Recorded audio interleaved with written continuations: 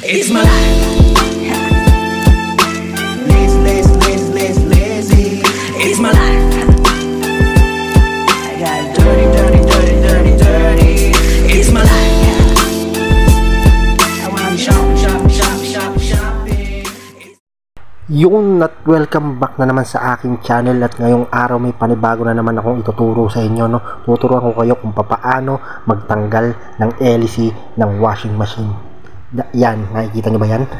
Yan yung LC na tatanggalin natin, no? Una ay tanggalin yung screw. Ayan, nakikita nyo, iniikot-ikot ko. Para matanggal yung LC na yan, kailangan natin tanggalin yung screw. Yan.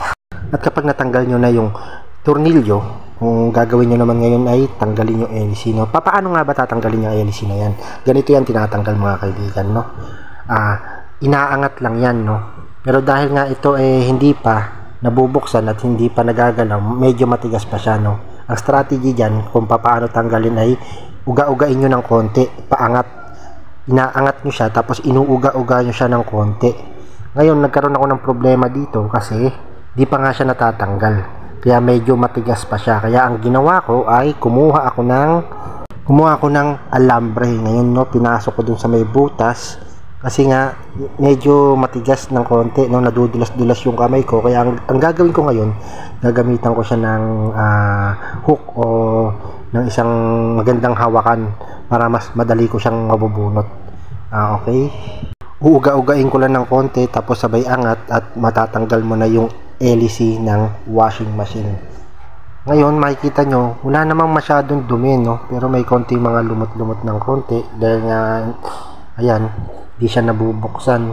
Pero wala naman siyang barado at dumi. Pero ang problema kasi dito, mabagal siyang humigop ng tubig. Kaya aalamin natin kung saan ba yung baradong parte. Dito sa loob mukhang wala naman, konting mga lang, tela-tela na maliliit lang. At ngayon lalagyan natin siya ng tubig para makita natin na barado talaga yung washing machine na yan, no? Ang punas-punas ng konti, tanggal ng lumot. Ayan, lagyan ng tubig.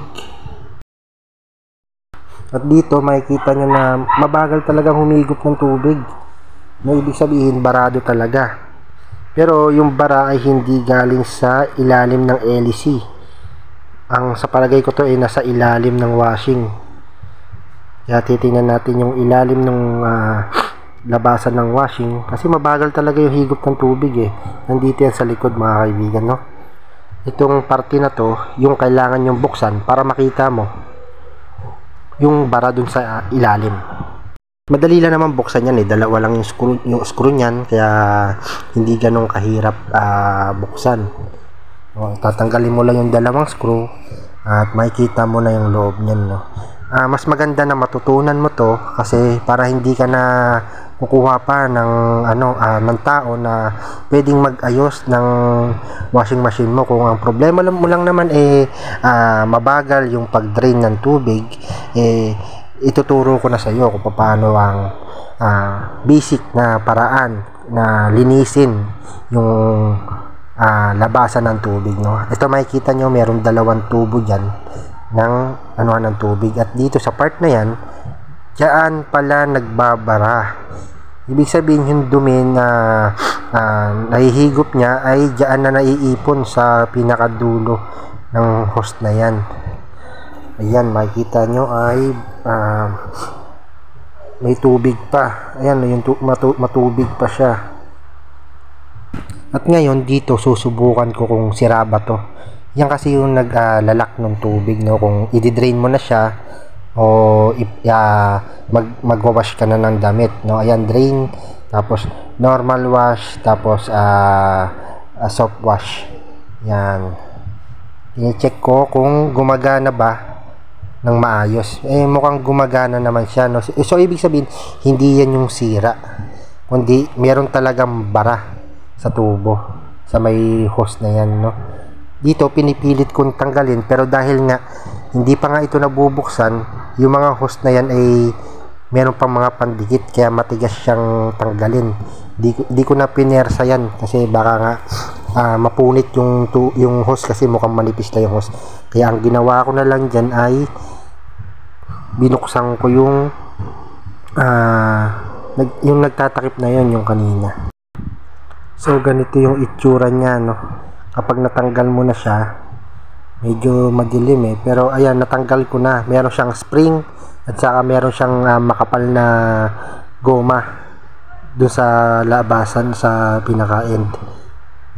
At na makikita nyo dyan, medyo madumi. So ibig sabihin, nandyan sa loob niyan yung barado. Kaya tatanggalin natin yan, tapos lilinisin natin. Okay. Kapag nahugot mo na, ganito yung itsura niyan sa loob. Yan, yung makapal na goma na hinahatak-hatak ng wire. Kapag magdi-drain ka sa kapag magwawash, yan yung pumipigil sa tubig na lumabas. Yan, mukhang okay naman, wala namang problema. Yan, makikita nyo dito, natanggal na natin yung bara, no. Kaya yung tubig ay dire-diretso na. Ayan, wala nang bara dyan. Pero mahirap kasi ipasok yung daliri ko, sobrang sikip virgin pa yung washing machine natin. Pero natanggal ko na yung bara niya at yung tubig tuloy-tuloy na dumadaloy, no.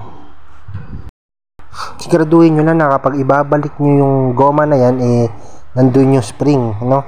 Tapos dapat mailak nyo nung tama yung thread para hindi siya mapudpud. Kailangan sarado para hindi rin lumabas yung tubig dyan sa part na yan.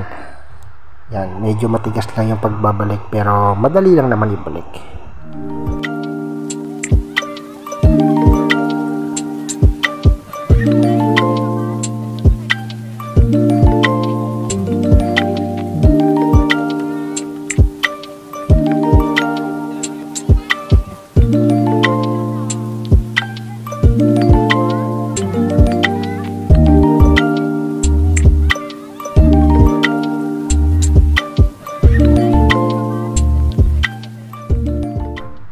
Ngayon makikita natin na okay na, no, nagde-drain na, humihigop na ng maayos yung tubig.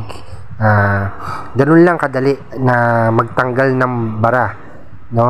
Kapag nakikita mo yung washing mo hirap ng mag-drain ng tubig, ang gawin mo lang, buksan mo yung LC, pagkatapos tingnan mo yung ilalim ng washing machine. Hindi mo na kailangan pang tumawag ng mekaniko o kung sinong tao na dapat mong bayaran para gumawa ng ng washing mo, no. Ikaw mismo kayang-kaya mo na, kaya okay na okay. At syempre, huwag niyong kakalimutan na ibalik yung mga tornilyo, no. Yung mga pinagbabaklas nyo, syempre kailangan ibalik niyo na maayos. Tingnan niyo kung sakto, dapat kung gaano siya kadaling tanggalin, dapat ganon din siya kadaling ibalik. Kasi pag mahirap siya ibalik, ibig sabihin hindi tama yung kabit ninyo. So, ganyan lang.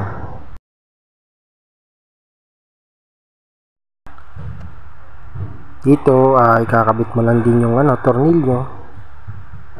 Hihigpitan mo lang din, no. Huwag naman sobra na tipong bibilog na yung tornilyo nyo. Kailangan mahigpit lang pero hindi naman sobrang tigas na hindi mo na kayang baklasin. At syempre, para malaman natin na tama ulit yung pagbabalik natin, no, at wala tayong nasira, susubukan natin kung gumagana ng tama at maayos yung ating washing machine, no. Mamaya binaklas lang natin, tapos mamaya yung maliit na sira mas lalong lumala, no. Kailangan pa rin testingin. Yan, okay na, goods na. Malakas pa rin ang ikot. Okay, ready na ako maglaba.